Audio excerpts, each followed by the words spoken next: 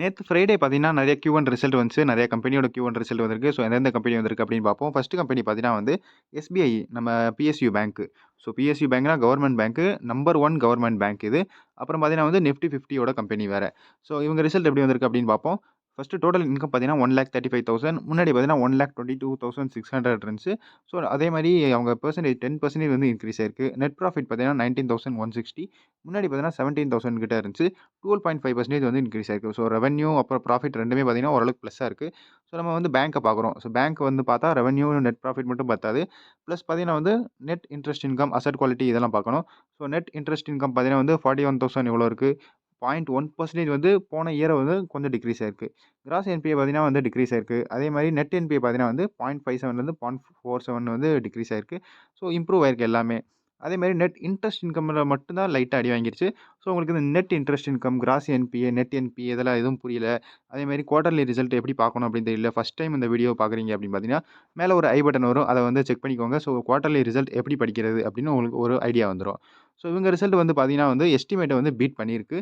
அதாவது எஸ்டிமேட் வந்து குடுத்துருந்தாங்க கொஞ்சம் கம்மியா தான் வரும் அப்படின்னு. பட் ஓரளவுக்கு நல்லாவே வந்து பெர்ஃபார்ம் பண்ணியிருக்காங்க SBI. Plus net interest income தான் ஓரளவுக்கு கொஞ்சம் இவங்க காமிக்கிறாங்க. பட் அப்படி இருந்தாலும் பார்த்தீங்கன்னா வந்து மார்க்கெட் ஓப்பனா இருக்கும்போதே வந்து ரிசல்ட் வந்துருச்சு. ஸோ மார்க்கெட் ஓப்பனா இருக்கும்போது ரிசல்ட் எப்படி வந்துச்சுன்னு பார்த்தீங்கன்னா, ஓரளவுக்கு கொஞ்சம் பாசிட்டிவா தான் வந்திருக்கு. ஸோ இங்கனக்குள்ள ரிசல்ட் வந்துச்சு பாருங்க. நிஃப்டி 50 வந்து இன்னைக்கு பார்த்தீங்கன்னா, இன்னைக்கு இல்ல ஃப்ரைடே வந்து பார்த்தீங்கன்னா, ஓரளவுக்கு நல்லா கீழ விழுந்துகிட்டு இருந்துச்சு. ரிசல்ட் வந்தோனே பார்த்தீங்கன்னா, ஓரளவுக்கு நல்லா மேல கொண்டு போயிருச்சு எஸ்பிஐ ஷேர். ஸோ அடுத்த கம்பெனி பார்த்தீங்கன்னா வந்து நம்ம டாடா மோட்டார்ஸ். ஸோ டாடா மோட்டார்ஸ பத்தி ஒரு தனியாவே வீடியோ போட்டிருக்கோம். ஸோ அத ஃபுல்லா செக் பண்ணுங்க. எஸ்டிமேட் எப்படி வந்திருக்கு, அதேமாரி கைடன்ஸ் எப்படி ஃபியூச்சர் கைடன்ஸ், கம்பெனி கைடன்ஸ் எப்படி குடுத்துருக்காங்க, பிளஸ் அவங்க ரிசல்ட் எப்படி வந்திருக்கு, எல்லாமே வந்து டீட்டெயிலா வந்து செக் பண்ணியிருக்கோம். ஸோ அத செக் பண்ணி பாருங்க. மேல கூட ஒரு ஐ பட்டன்ல வந்து லிங்க் வரும். அது கூட என்னன்னு செக் பண்ணிக்கோங்க. ஸோ அதுக்கு அடுத்த கம்பெனி பார்த்தீங்கன்னா வந்து ஆதித்ய பிர்லா நம்ம Grasim industries. So Grasim industries என்ன பண்ணுவாங்க அப்படின்னு பார்த்தீங்கன்னா, இவங்க வந்து நெறைய இண்டஸ்ட்ரியில இருக்காங்க. ஸோ ஃபைபர்ல இருக்காங்க, பெயிண்ட்ல இருக்காங்க, கெமிக்கல்ல இருக்காங்க, அப்புறம் அக்ரோ கெமிக்கல்ல இருக்காங்க, டெக்ஸ்டைல்ல இருக்காங்க, இன்சுலேட்டர்ல இருக்காங்க. பட் மெயின்ல நம்ம பெயிண்ட் செக்டர்ல பார்த்தீங்கன்னா, இப்ப இவங்க வந்து பெயிண்ட் செக்டர் புதுசா கொண்டு வந்திருக்காங்க. பிர்லா ஓப்பஸ் பெயிண்ட் அப்படின்னு கூட கேள்விப்பட்டிருப்பீங்க. நெறைய ஆட் வரும். பிர்லா ஓப்பஸ் அப்படின்னு. ஸோ அதுக்கடுத்து இவங்க ஃபைபர் இண்டஸ்ட்ரியில இருக்காங்க. ஸோ ஃபைபர்னா ஃபைபர் எத உருவாக்குவாங்க? எப்படி உருவாக்குவாங்க? அப்படின்னு பார்த்தீங்கன்னா, ஃபாரஸ்ட் வுட் இருக்கு. அதாவது நம்ம மரம் இருக்கும்.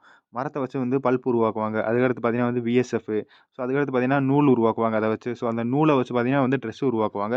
அப்புறம் வந்து ஒரு ட்ரெஸ் ஃபார்ம் ஆகும். அப்புறம் பார்த்தீங்கன்னா, அந்த ட்ரெஸ்ஸ வச்சு பார்த்தீங்கன்னா, பிராண்ட் அப்புறம் ரீட்டெயில் அவங்க பிராண்ட் நேம போட்டுக்கிறது.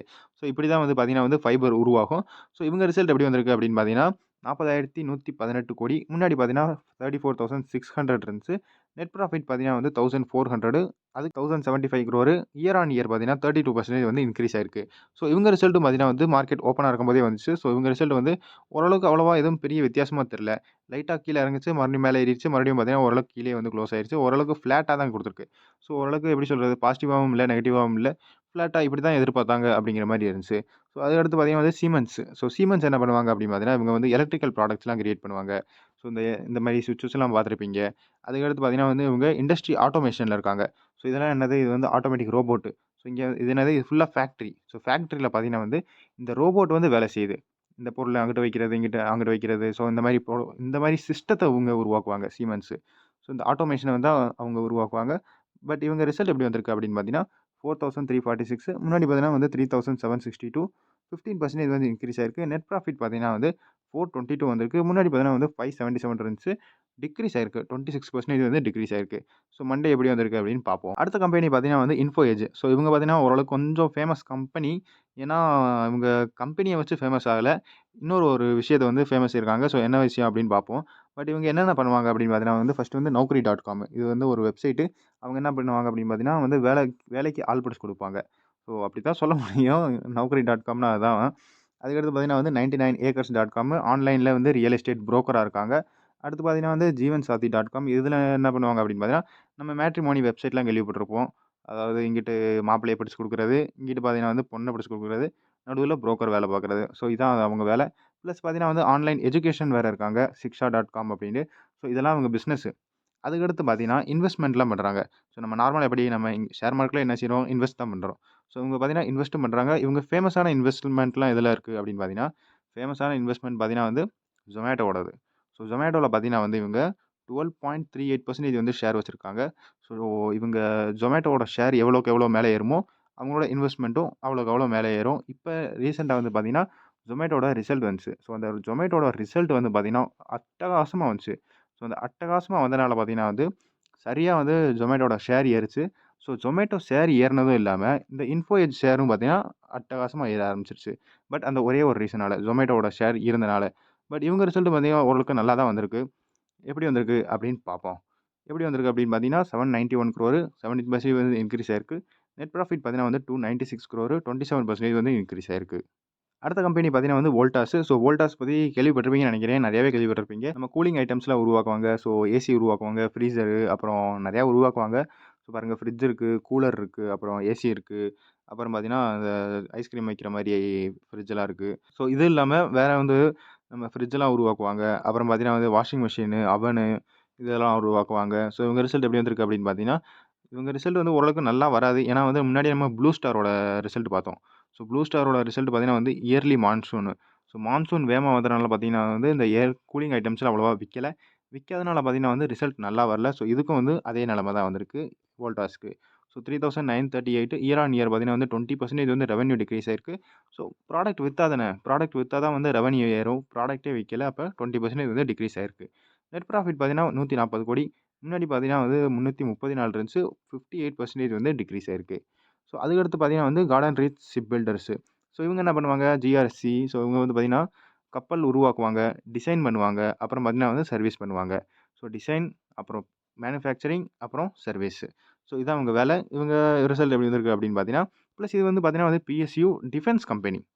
ஸோ டிஃபென்ஸ் ப்ராடக்ட்ஸ்லாம் உருவாக்குவாங்க. ஸோ இவங்க ரிசல்ட் வந்து பார்த்தீங்கன்னா, 1310 கோடி. முன்னாடி பார்த்தீங்கன்னா வந்து 1010 இருந்துச்சு. 29% கிட்ட வந்து இன்க்ரீஸ் ஆயிருக்கு. அப்புறம் நெட் ப்ராஃபிட் பார்த்தீங்கன்னா 120 கோடி.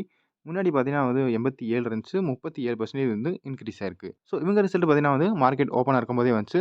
ஸோ ஓரளவுக்கு மேல கொண்டு போச்சு. மறுபடியும் கீழ வந்துச்சு. மறுபடியும் மேல போச்சு. மறுபடியும் கீழ வந்துச்சு. ஸோ ஓரளவுக்கு லைட்டா வாலடைலா இருந்துச்சு. ரிசல்ட் வந்து ஓரளவுக்கு பிடிச்சிருக்கு. பட் பட் ஏற்கனவே பார்த்தீங்கன்னா வந்து டிஃபென்ஸ் கம்பெனி வந்து நம்ம ஆப்பரேஷன் சிந்தூர் இந்த இந்தியா, பாகிஸ்தான் போர் நடக்கும்போது பார்த்தீங்கன்னா வந்து ரொம்ப மேலே ஏறிருச்சு. ஸோ அந்த ரொம்ப மேலே ஏறுனனால பார்த்தீங்கன்னா வந்து பெர்ஃபார்ம் அவ்வளவா இப்போதைக்கு காமிக்கல ரிசல்ட்னால. ஸோ அடுத்து பார்த்தீங்கன்னா வந்து Jubilant agri and consumer products. So இவங்க பார்த்தீங்கன்னா வந்து ஒரு சில நம்ம வீட்டுக்கு தேவைப்படுற ஒரு சில ப்ராடக்ட்ஸ் எல்லாம் உருவாக்குவாங்க. ஸோ இது பார்த்தீங்கன்னா வந்து பைப் ஒட்டுறதுக்கு தேவைப்படுற கம்மெல்லாம் இருக்கு. ஸோ அதுக்கடுத்து பார்த்தீங்கன்னா அக்ரிகல்ச்சர் நம்ம இது ஃபெர்டிலைசர் அப்படின்னு சொல்லுவோம்ல. ஸோ உரம்லாம் போடுறது, உரம் போடுறது. அடுத்து இவங்க ரிசல்ட் எப்படி வந்திருக்கு அப்படின்னு பார்த்தீங்கன்னா 441 முன்னாடி பார்த்தீங்கன்னா 357 இருந்துச்சு. 23% இன்க்ரீஸ் ஆயிருக்கு. நெட் ப்ராஃபிட் பார்த்தீங்கன்னா வந்து 44 crore முன்னாடி பார்த்தீங்கன்னா 25 இருந்துச்சு. ஸோ 71% வந்து இன்க்ரீஸ் ஆயிருக்கு.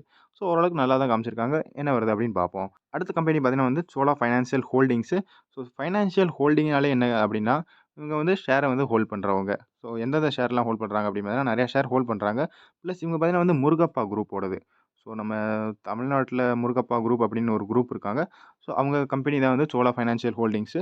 ஸோ இவங்க ரிசல்ட் எப்படி வந்திருக்கு அப்படின்னு பார்த்தீங்கன்னா, 9382 முன்னாடி பார்த்தீங்கன்னா 7677 22% வந்து இன்க்ரீஸ் ஆயிருக்கு. அடுத்து பார்த்தீங்கன்னா வந்து 1259 முன்னாடி பார்த்தீங்கன்னா 1159 இருந்துச்சு. 8.6% வந்து இன்க்ரீஸ் ஆயிருக்கு. ஸோ அடுத்த இவங்க ரிசல்ட் எப்படி வந்திருக்கு? அதாவது மார்க்கெட் ஓப்பனா இருக்கும்போதே வந்துச்சு. ஸோ முன்னாடியே பார்த்தீங்கன்னா வந்து எல்லாமே ஓரளவுக்கு வாலடைலா தான் இருக்கு. மேல கீழ இருக்கிற மாரி தான் இருக்கு. ஸோ ரிசல்ட் வந்தாலும் ஓரளவுக்கு எப்படி வந்திருக்கு, எப்படி வரல அப்படின்னு ஒண்ணும் புரியாது. அதுக்கடுத்து பார்த்தீங்கன்னா வந்து பிஜி எலக்ட்ரோ பிளாஸ்ட். ஸோ இவங்க என்ன பண்ணுவாங்க அப்படின்னு பார்த்தீங்கன்னா, இவங்க வந்து இந்த எல்ஜி, கேரியரு, அப்புறம் Whirlpool, Voltas, Blue Star, Croma, Crompton. So இவங்க எல்லாத்துக்கும் பார்த்தீங்கன்னா, இவங்க தான் வந்து ப்ராடக்ட்ஸ்லாம் வந்து மேனுஃபேக்சர் பண்ணி குடுப்பாங்க. ஸோ இவங்க வந்து பிராண்டு. அந்த பிராண்டுக்கு இவங்க தான் வந்து ஆர்டர் குடுப்பாங்க. அதாவது இந்த பிராண்ட்லாம் இருக்கு பார்த்தீங்களா? இந்த பிராண்ட்லாம் எல்லாமே பார்த்தீங்கன்னா, பிஜி எலக்ட்ரோ பிளாஸ்ட்க்கு ஆர்டர் குடுப்பாங்க. ஸோ இப்போதைக்கு எங்களுக்கு வாஷிங் மெஷின் தேவைப்படுது. வாஷிங் மெஷின் செஞ்சு குடு. ஏசி தேவைப்படுது. ஸோ ஏசி செஞ்சு குடு அப்படின்னு எல்லா இவங்க ப்ராடக்ட்ஸ்லாம் பார்த்தீங்கன்னா, இவங்க தான் செஞ்சு குடுப்பாங்க. ஸோ இப்போதைக்கு இவங்க ரிசல்ட் பார்த்தீங்கன்னா, கொஞ்சம் ஓரளவுக்கு மோசமா தான் வந்திருக்கு. ஏன் அப்படின்னு பார்த்தீங்கன்னா, ஏற்கனவே நம்ம வோல்டாஸ பத்தி பார்த்தோம். ஸோ வோல்டாஸ் வந்து ஓரளவுக்கு டவுன் பெர்ஃபார்மன்ஸ் குடுத்துருக்கு. ஏன்னா எக்ஸ்பெக்டேஷன் இருந்துச்சு. ஏன்னா மான்சூன் வந்தனால ஓரளவுக்கு பெர்ஃபார்ம் நல்லா பண்ணாது அப்படின்னு. ஸோ அதனால முன்னாடியே வந்து கீழ விழுந்துருச்சு ஷேரு. பிஜி எலக்ட்ரோ பிளாஸ்ட்டும் பார்த்தீங்கன்னா, ஓரளவுக்கு முன்னாடியே கீழ விழுந்துருச்சு. ஏன்னா எக்ஸ்பெக்டேஷன் முன்னாடியே தெரிஞ்சிரும். ஸோ மான்சூன் வந்துருச்சு. அப்ப இந்த ஷேர்லாம் வந்து ஓடாது அப்படின்னு. ஸோ அதனால பார்த்தீங்கன்னா, எவ்வளோ குறைஞ்சிருக்கு? 13% வந்து ரெவென்யூ இன்க்ரீஸ் ஆயிருக்கு. பட் நெட் ப்ராஃபிட் பார்த்தீங்கன்னா, 21.4% வந்து டிக்ரீஸ் ஆயிருச்சு. பட் பிரச்சனை வந்து பார்த்தீங்கன்னா, இங்க இல்ல. பிரச்சனை இங்க இல்லவே இல்ல. ஷேர் வந்து பார்த்தீங்கன்னா வந்து 21.4% வந்து டிக்ரீஸ் ஆயிருக்கு. ஸோ ரிசல்ட்டால கீழ விழுந்துச்சா அப்படின்னு கேட்டா கிடையாது. மேனேஜ்மென்ட்டோட கமெண்ட்ரியால தான் கீழ விழுந்துச்சு. ஸோ மேனேஜ்மென்ட்டே என்ன சொல்ட்டாங்க அப்படின்னு பார்த்தீங்கன்னா, முன்னாடி வந்து 30% முடிய அவுட்லுக் குடுத்துருந்தாங்க. ஸோ 30% வந்து இந்த இயர் நாங்க வந்து பெர்ஃபார்ம் பண்ணி காமிப்போம் அப்படின்னு. பட் அவங்க இப்ப என்ன சொல்றாங்க, அந்த ரிசல்ட்ட வச்சு மான்சூன் வந்து ஓரளவுக்கு கொஞ்சம் அடி வாங்குனத வச்சு 17-19% மட்டும் குரோத் வைங்க. அதாவது எக்ஸ்பெக்டேஷன் பண்ணுங்க அப்டின்ட்டாங்க. ஸோ 10% வந்து கட் பண்ணிட்டாங்க. ஸோ அந்த 10% கட் பண்ணனால பார்த்தீங்கன்னா வந்து, நேத்து வந்து 21% கிட்டத்தட்ட 23% வந்து கீழ விழுந்துருச்சு. ஸோ இதெல்லாம் நோட்டீஸ் பண்ணி வச்சுக்கோங்க. ஏன்னா நம்ம எக்ஸ்பெக்டேஷன் பார்த்துக்கிட்டே இருக்கணும். ஸோ எக்ஸ்பெக்டட் நம்ம இது இருக்கும். எஸ்டிமேட்டட் நம்பர் இருக்கும். அப்புறம் பார்த்தீங்கன்னா வந்து மேனேஜ்மென்ட் கமெண்ட்ரி இருக்கும். ஸோ இதெல்லாம் வந்து ரொம்ப முக்கியமானது. இதுக்கு தான் நம்ம வந்து குவார்ட்டர்லி ரிசல்ட் வந்து எப்படி படிக்கணும் அப்படின்னு தெரிஞ்சுக்கணும். ஸோ தெரியலைன்னா மேலே ஒரு ஐ பட்டனில் வரும். குவார்ட்டர்லி ரிசல்ட் எப்படி படிக்கணும் அப்படின்னு அதை நல்லா தெரிஞ்சுக்கோங்க. ஸோ அதுக்கடுத்து பார்த்தீங்கன்னா வந்து டாம்ஸ் இண்டஸ்ட்ரீஸ். ஸோ இவங்கலாம் என்ன பண்ணுவாங்க அப்படின்னு பார்த்தீங்கன்னா, அவங்க வந்து நம்ம ஸ்கூல் ப்ராடக்ட்ஸ்லாம் தேவைப்படுறதும், அதாவது நோட்டு, ஸ்கெட்சு, கலர் பென்சிலு, அப்புறம் பேனா, இது மாரி கலர் பெயிண்ட்டு, ஸோ பேக் இதெல்லாம் இருக்கு. Stationary products. ஸோ இதெல்லாம் வந்து அவங்க மேனுஃபேக்சர் பண்ணுவாங்க. ஸோ இவங்க ரிசல்ட் எப்படி வந்திருக்கு அப்படின்னு பார்த்தீங்கன்னா, 562 crore. முன்னாடி பார்த்தீங்கன்னா வந்து 445 crore, 26% வந்து இன்க்ரீஸ் ஆயிருக்கு. நெட் ப்ராஃபிட் பார்த்தீங்கன்னா வந்து 59 கோடி. முன்னாடி பார்த்தீங்கன்னா 54 இருந்துச்சு. 8.8% வந்து இன்க்ரீஸ் ஆயிருக்கு. மண்டே தான் இதோட ரியாக்ஷன் என்ன அப்படின்னு தெரியும். ஸோ இந்த வீடியோல அவ்வளோதான். அடுத்த வீடியோல பார்ப்போம். நான் தான் ஸ்டாக்கர். Good bye.